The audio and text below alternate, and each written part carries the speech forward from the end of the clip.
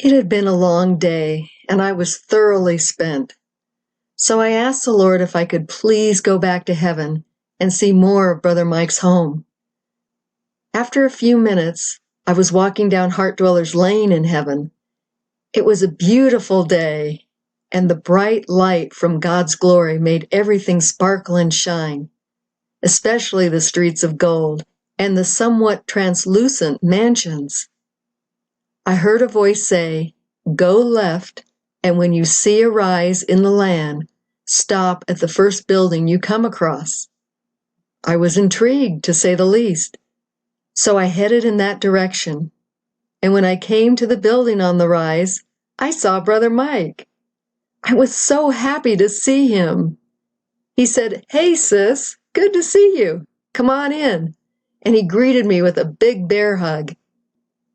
We were standing in a humongous, state-of-the-art, high-tech garage with the most incredible high-performance sports cars I have ever seen.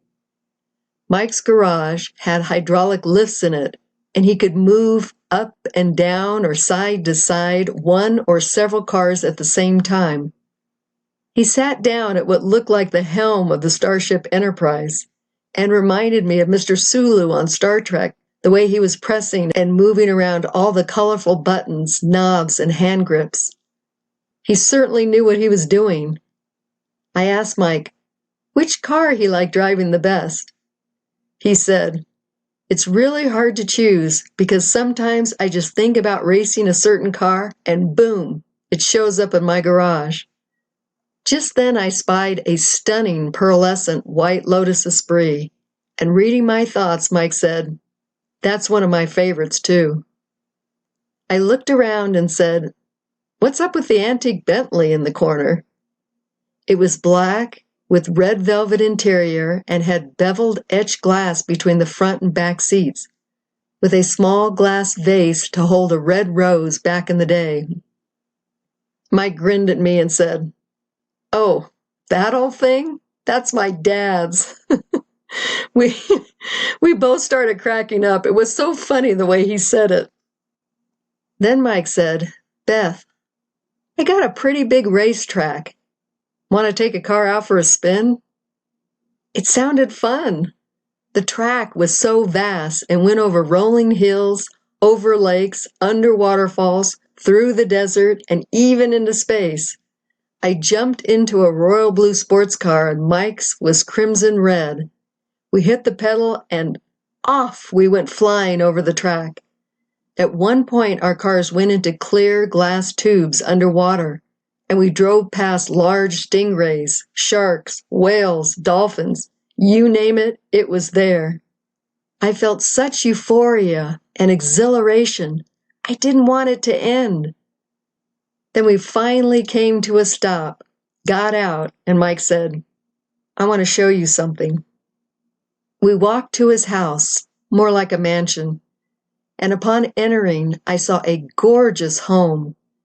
It was modern, but with warm touches, and very tastefully furnished, organized, and also, like the garage, had all the latest and greatest bells and whistles. His great room had a living wall in it with incredible plants and water features. It was beyond amazing to see. I looked down at the floor and we were walking on top of glass. Underneath the glass was a saltwater aquarium with sea creatures I had never seen before.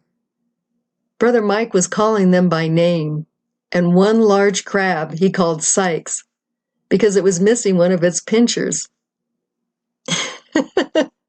We started laughing because in the movie The Fugitive starring Harrison Ford, there was a character with only one arm, and his name was Sykes. We went down a spacious hallway, more like a corridor, and Mike opened a door, and inside was his game room.